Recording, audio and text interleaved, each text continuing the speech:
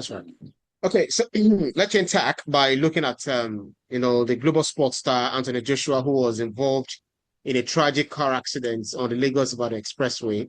That left two of his close associates dead, and himself recovering from minor injuries. Nigerian police have since charged the driver with dangerous driving offences, triggering debates on road safety, accountability, and the emotional toll on the athletes and boxing community.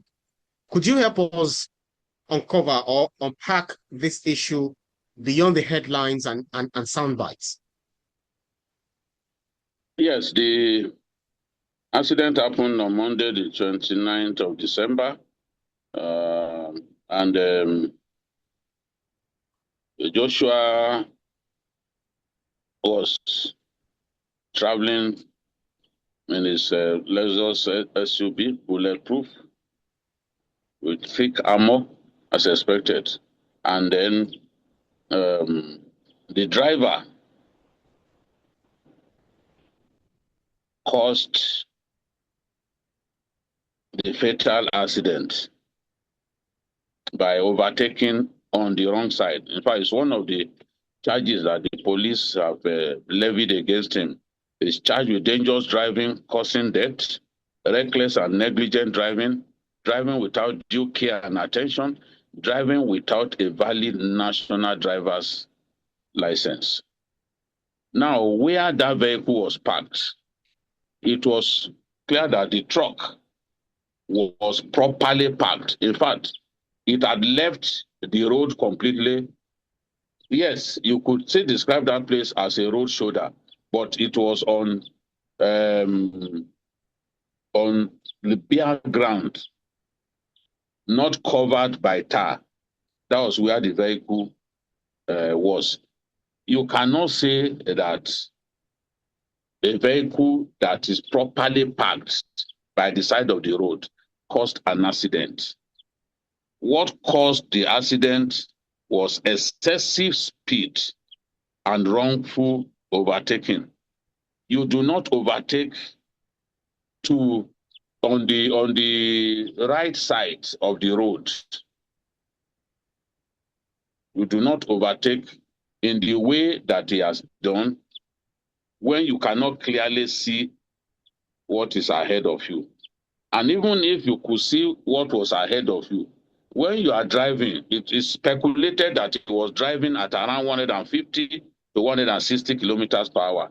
When you are driving at that speed, when you slam your leg on the brakes, you do not expect that the car will screech to a halt immediately. The velocity will take the car all the way by some meters. And this was what happened. So wrongful overtaking and overspeeding was what caused this crash. And the driver was lucky because of where he was sat. The two guys, I got information that Joshua actually even changed his position. Otherwise, he could have lost his life. So his conditioning coach was lost, and his trainer too died in the accident. Now the driver has been charged to a magistrate's court in Shagamu, and his matter will be decided in due course. But I have to pay tribute to the governors of Lagos and Ogun, because they stood in the hospital for 5 hours, ensuring that Joshua got the best treatment. Of course, there was pressure from all over the world. This is a British citizen, who respects his roots, who is happy and proudly Nigerian. Is Nigerian by roots, not Nigerian by birth or nationality, but he still cherishes his roots. He still cherishes his love for Nigeria. Now, the governors and their minders wrong-footed the media. They knew that Joshua was being treated at Lagoon Hospital, where they were certain he would get a good quality care. But somehow the story went out that he was in a different hospital, and TV stations were going to that place to do lives saying Joshua is here, Joshua is there. And the people in that hospital too refused to confirm whether he was there or was not there. They did that so that Joshua will get good quality care and he will not be distracted by people who are out to sympathize with him. I've heard stories that, the Nigerian government is to blame, this and that. If the accident had happened on a bad road, yes, we can blame the government. But the road was so good that they could afford to overspeed in the way that they did. So you cannot blame the road for this. The road was good. Lagos-Ibadan Expressway is now in such a good state. And I was surprised to even hear that even that driver was driving without a valid national driver's license. We do not care about the law in our country. Nobody should be able to drive without a valid national ID card. And here was Joshua being driven by a man without a valid national ID card. Of course, that cannot happen in the UK. A 46-year-old driver who endangered the lives of other people. Some have also said that, there are no ambulances on that road. It is not possible to have the presence of ambulance across every length of the Lagos-Ibadan Expressway. But I agree with people that Ogun State government, for example, that the bulk of that road is located in its territory. The longest length of that road is located in its territory, should actually have a good number of ambulance and emergency care facilities on that road. Even though I've seen accidents happen outside Nigeria. Usually the same thing happens. Once there's an accident, people will rush to the scene and be bringing them out, even before caregivers, even before an ambulance will arrive at the scene. For example, there were people who were driving just behind Joshua's jeep. The moment it happened, they stopped and they wanted to lend a hand. Just the same way that I've seen it happening, even in those foreign countries that people like to talk about.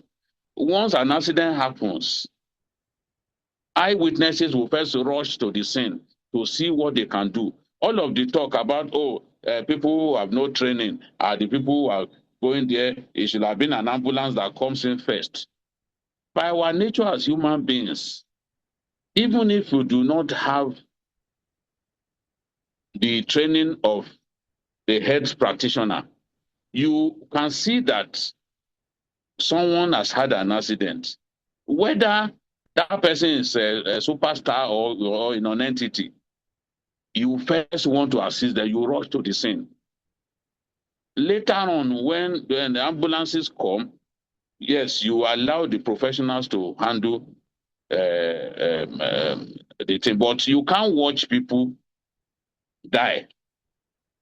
You want to see how much help you can render to save a life or two. So that is what happens. All of the people blaming those who rush to Joshua's aid and talking about ambulances and all that. I saw the video of the white man who had an accident just recently, the one whose accident went viral. Individuals rushed there. There was no ambulance at the scene. This thing can happen. Yes, we want to see more emergency services facility along that corridor. We want to see more of that. And Governor Dapo Abiodun must commit to making that happen.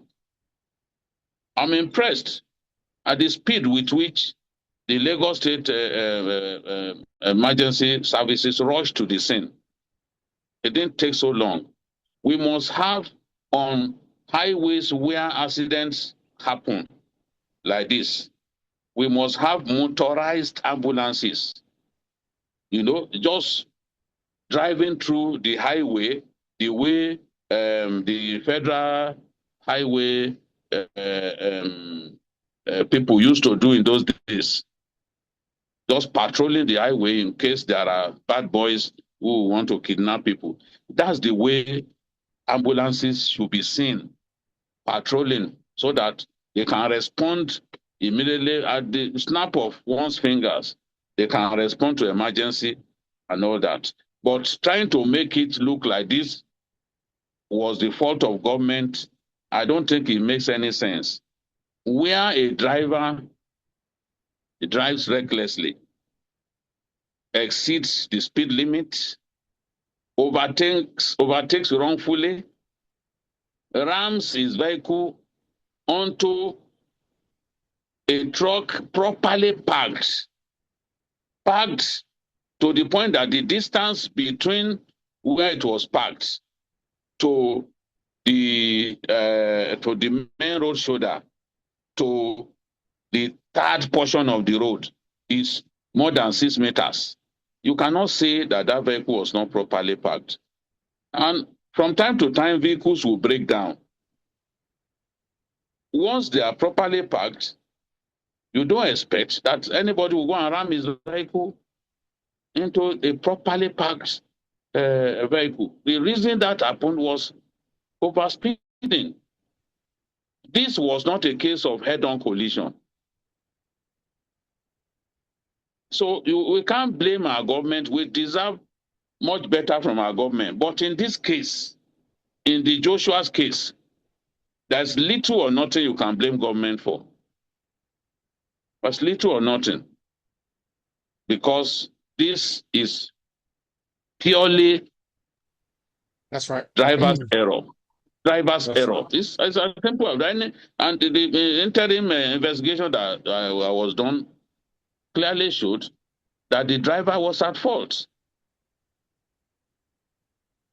Yeah, But we that's right. deserve, as I've said, we deserve to have more emergency services facility on that highway, especially the Ogun State and Ogun State portion of it, which is the bigger portion. We also need motorized ambulances driving through, especially that Ogun State and Oyo State sections of the highway. And other highways in our country, like Lagos, like Abuja, Kaduna, Kano, dual carriageway, which is also one of the big dual carriageways in our country, the first dual carriageway in northern Nigeria. We need such emergency services facilities in that on that corridor. We need We have the coastal highway in the motorized making as well. patrols. Yes, and even the coastal highway. Once the 700